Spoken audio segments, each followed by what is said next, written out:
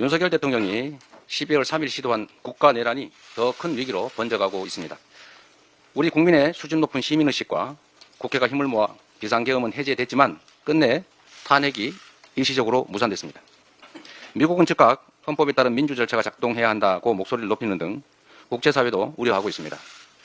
뉴욕타임즈 같은 외신들도 입을 모아 한국 정치 격변이 연장됐다고 우려합니다.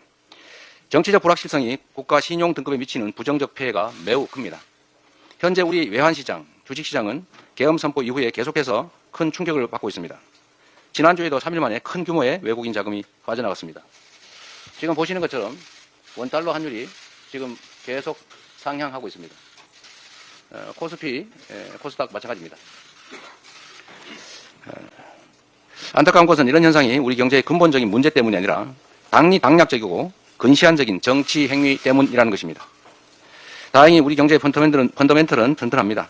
수준 높은 기술과 역량이 있기 때문입니다. 하루빨리 우리 경제에 대한 글로벌 시장의 신뢰를 회복해야 합니다. 지난주 수, 목, 금 3일간 주가지수가 폭락을 면하긴 했는데 그 주된 이유가 연기금에 엄청난 규모의 순매수가 있었기 때문인 것 같습니다. 연기금 같은 공공자금으로 계속 이런 식으로 주가를 떠받치는 게 한계가 있습니다.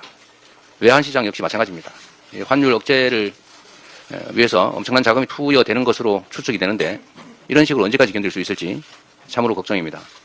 이로 인한 피해는 추후에 우리 대한민국 경제에 엄청난 부담으로 작용하고 그 비용은 결국 우리가 할부로 추후에 다 지급해야 합니다. 결국 국민들이 피해를 입는다는 것입니다.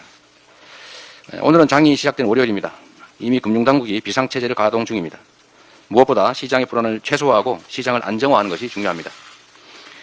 그리고 현재와 같은 외교 불능 상태로는 가뜩이나 높아진 통상 파고를 헤쳐나갈 수가 없습니다.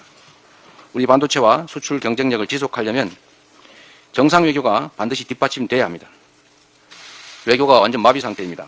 윤 대통령이 즉각 사퇴하지 않고 버티면 환율과 증권시장, AI, 반도체 등 대한민국 국가 경쟁력에 돌이킬 수 없는 지장을 초래할 것입니다.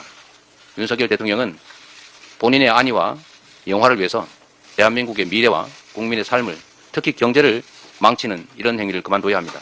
즉각 사퇴하기 바랍니다. 그리고 여당은 대통령이 사퇴하지 않을 경우에 대한 대비책으로 이상한 쓸데없는 얘기하지 말고 이번 토요일 탄핵 의결에 참여하기 바랍니다. 이상입니다.